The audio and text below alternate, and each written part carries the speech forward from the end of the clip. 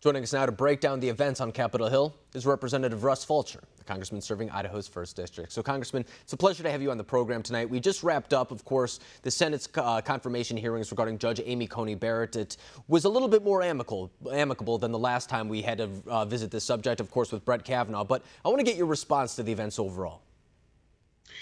Well, I thought that possibly the Senate Confirmation Committee Judiciary had learned something, I hope, from the Kavanaugh hearings. They were so raucous, so disrespectful all the way around that this time, I think, especially as close they are to an election, they just didn't want to risk going quite that nasty, quite that raucous close to an election. And so they didn't. The other part of that is they had a very sharp jurist that they were interviewing, and she was very, very smooth. So between those two factors, it led to a generally more pleasant set of hearings than we had last time. I think you're exactly right. In fact, we saw the two ranking members on the committees, Senator Lindsey Graham and then Dianne Feinstein, shake hands and hug afterwards. That's not something we saw last time. So I think that is a perfect representation of the two mentalities. And I think that it's also important to note, too. Oh, I'm sorry to speak over you right now, but we have a little bit of a delay. But when it comes to that as well, I think that it is good news for a lot of people because there's not much that you can even attack the Supreme Court nominee for anyway. I mean, she has such an impressive resume. But in your chamber right now, there is a conversation going on when it comes to House Speaker Nancy Pelosi holding up coronavirus relief that the White House has been at least willing to meet in the middle on. I think the last price tag that they said is $1.8 trillion. Are you on board with that type of piece of legislation?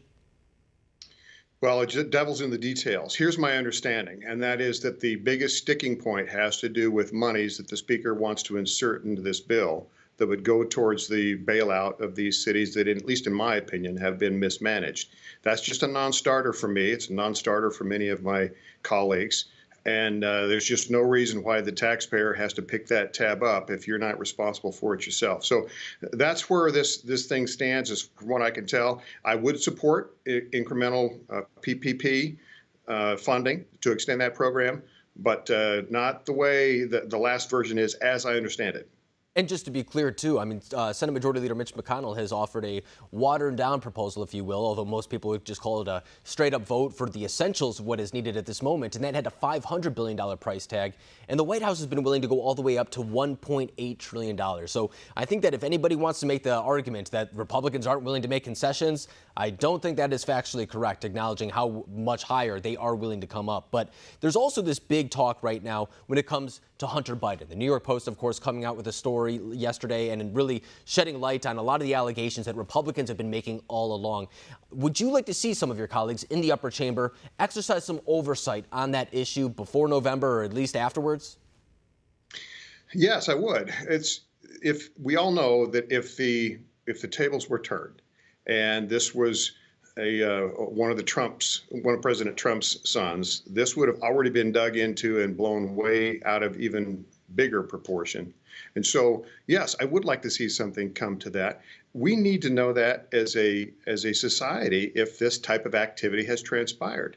And even if it's after the election, I'd like to see some kind of justice being dealt with there. Look into it. If it's true, then you have to face the music on that. And if it's not, that's okay. But certainly there's enough evidence out there to at least look into it. Sooner the better.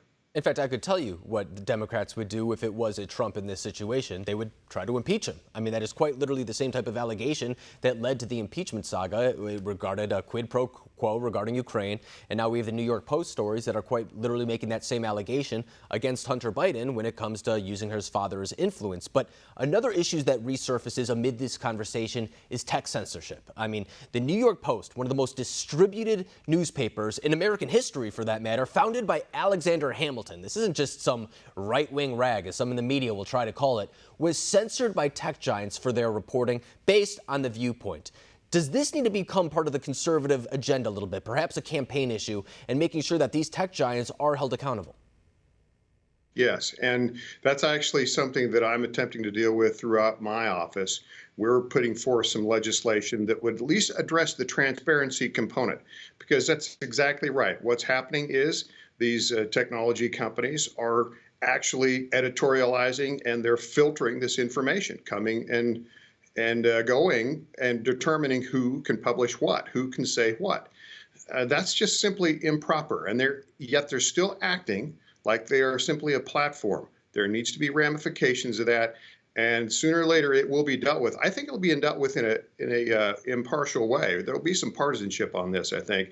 They've offended everyone pretty much on Capitol Hill.